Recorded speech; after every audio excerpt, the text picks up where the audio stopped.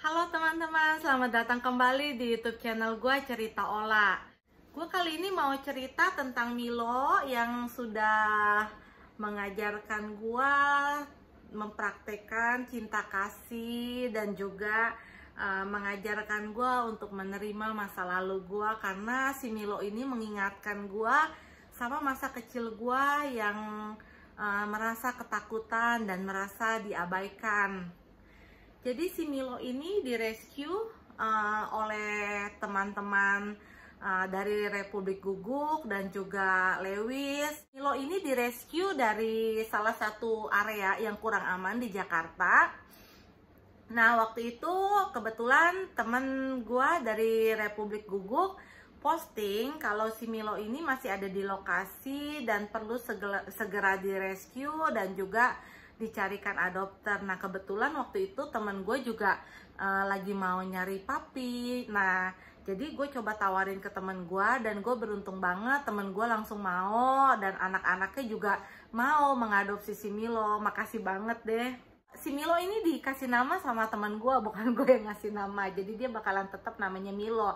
Cuma nanti agak ke Inggris-Inggrisan ya dipanggilnya Milo. Di sini dipanggilnya Milo, di sana Milo.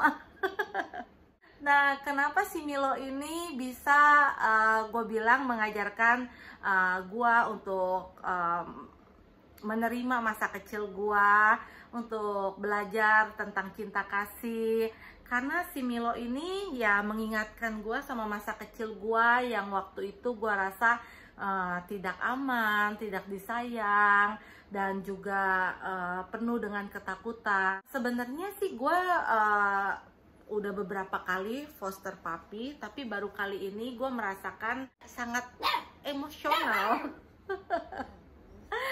Karena ya itu entah kenapa dia bisa mengingatkan gue sama masa kecil gue. Jadi waktu dari dia pertama kali diposting sama temen gue, terus gue ingat kayak dia tuh ada di tempat yang gak aman. Tapi waktu itu gue lihat juga temen gue posting dia main-main sama mamanya, sama saudaranya juga. Nah, terus udah gitu pas gua foster, begitu datang dia tuh kelihatan takut sekali. Tadinya lebih takut lagi, sekarang udah mulai agak berani, tapi sampai sekarang pun dia masih terlihat takut, kurang pede juga.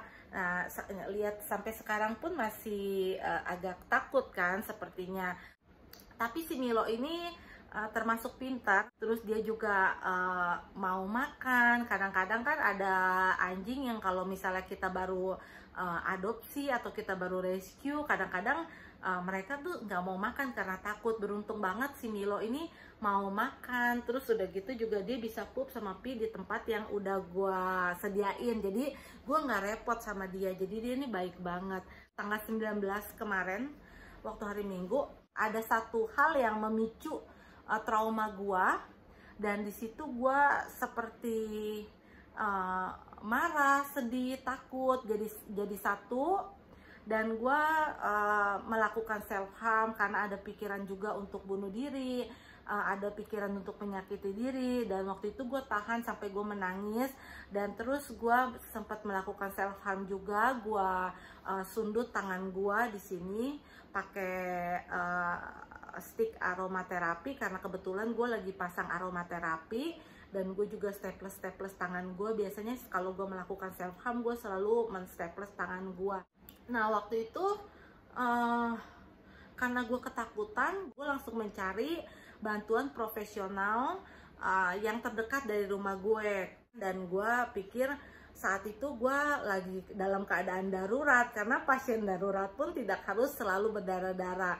Karena gue mikir waktu itu mental gue sangat perlu pertolongan segera. Gue coba cek-cek di Google, ternyata ada dokter Mahaputra spesialis kejiwaan di Rumah Sakit Atma Jaya. Waktu hari Minggu gue buat janji online.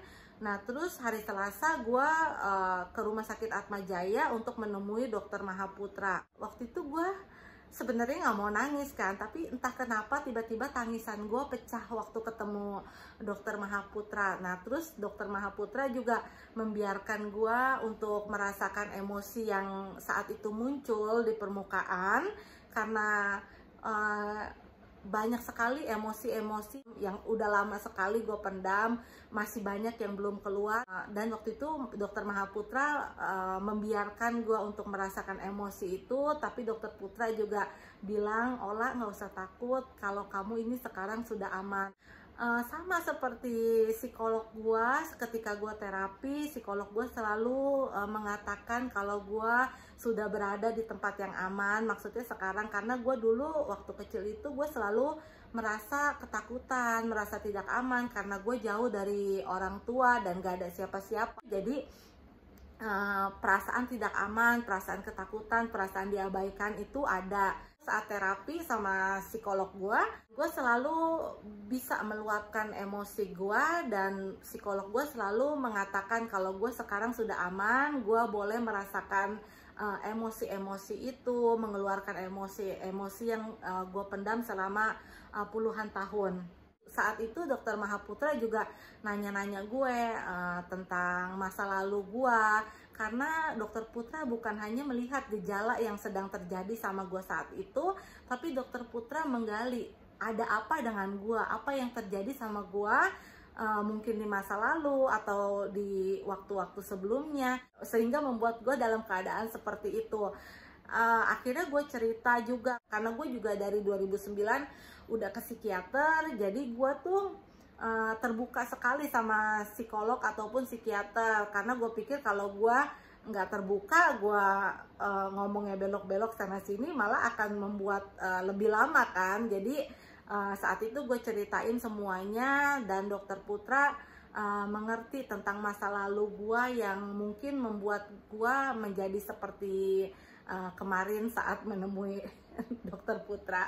Nah, saat itu Dokter Putra mengajarkan gue untuk mempraktekkan cinta kasih kepada si Milo ini, karena si Milo ini juga yang membuat gue teringat sama masa lalu gue, masa kecil gue melihat si Milo ini sama banget sama gue tuh waktu kecil kan. Jadi dokter mengajarkan gue untuk mempraktekkan cinta kasih kepada si Milo.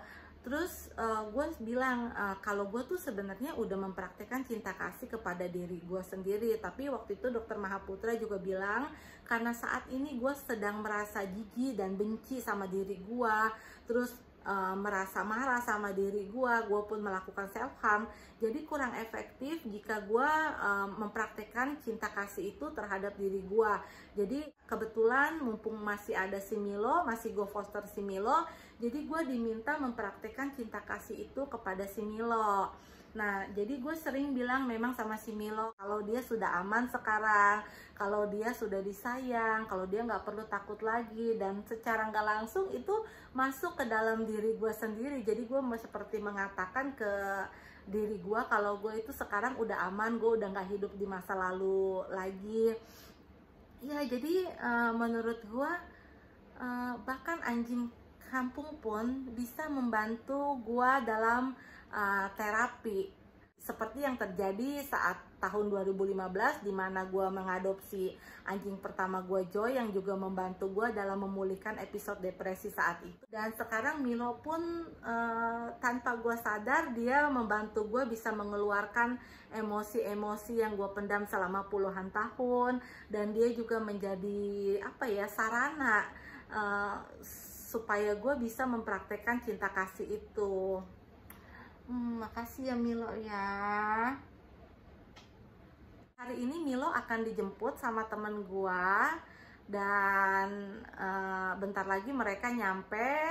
Jadi si Milo ini bakalan diadopsi dan pindah hari ini. Dan sekarang gue merasakan bahwa si Milo dan juga inner child di dalam diri gue, inner child yang terluka, merasa takut, yang merasa diabaikan, sekarang sudah berada di tempat yang aman dan sama-sama disayang, sama-sama udah mendapatkan cinta kasih.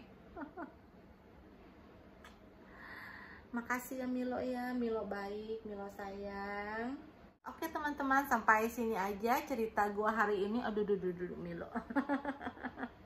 Milo habis makan ya, tadi udah mandi.